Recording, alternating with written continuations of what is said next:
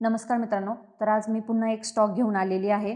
तर तुम्ही माझं निफ्टीचं ॲनालिसिस पाहिलेलंच असेल की मी सांगितलंच होतं 24,363-67 दरम्यान निफ्टी येणार आहे, तर उद्या तो येऊ शकतो। ठीक आहे, तर आज मी पुन्हा एक UPL हा स्टॉक घेऊन आलेली आहे।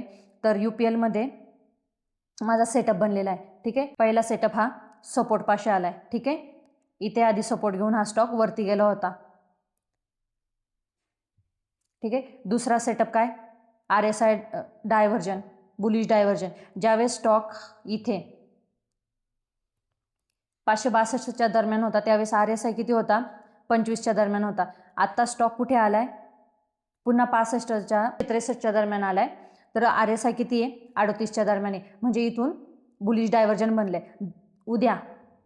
उद्या जर ही जी कॅन्डल आहे, आपण झूम करून घेऊया, ही जी कॅन्डल आहे ह्या कॅन्डलचा हाय किती आहे, लगेच ड्रॉ पण करून घेऊया आपण। ह्या कॅन्डलचा हाय 571। उद्या जर 571ला ब्रेक केलं तर माझा फर्स्ट टार्गेट डायरेक्टली ही लेवल असणार आहे।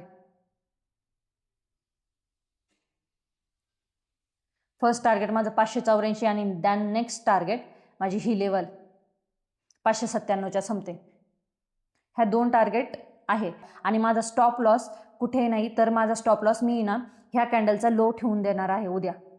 उद्यासाठी स्टॉप लॉस ह्या कॅन्डलचा लो 564। बहुतांश वेळा काय होतं, मी दोजीचा हाफच स्टॉप लॉस ठेवत असते। तर इथे तुम्ही ह्या दोजीचा जी ओपन प्राइस आहे ना, जी ओपनिंग प्राइस, तो पण स्टॉप लॉस ठेवू शकता। ठीक आहे, तर माझा स्टॉप लॉस काय राहणार आहे, 564। 571ला ब्रेक केलं तर माझं टार्गेट 584, नेक्स्ट टार्गेट 597। ठीक आहे, ह्या स्टॉकवर लक्ष देऊन ठेवा कारण चांगला सेटअप बनलेला आहे। आणि सगळ्यात इम्पॉर्टंट गोष्ट, I am not SEBI registered person. मी तुम्हाला कोणताही बाय सेल सिग्नल देत नाही। मी हे व्हिडिओ फक्त एज्युकेशनल पर्पज बनवत आहे। तुम्हाला हे व्हिडिओ कसे वाटतात ते मला कमेंट करून नक्की सांगा। आणि हे व्हिडिओ पाहून यामध्ये मी कोणती स्ट्रॅटजी यूज करते ते सगळं तुम्ही ना तुमच्या चार्टवर ॲनालाइज करा की मी बरोबर सांगते का माझे ॲनालिसिस चुकीचं जातं, हे मला कमेंट करून नक्की सांगा। माझ्या चॅनलला सबस्क्राईब करा, व्हिडिओला लाईक करा आणि शेअर करा। एकदम सिंपल मराठी भाषेमध्ये मी तुम्हाला समजून सांगत आहे, त्यामुळे थँक्यू सो मच।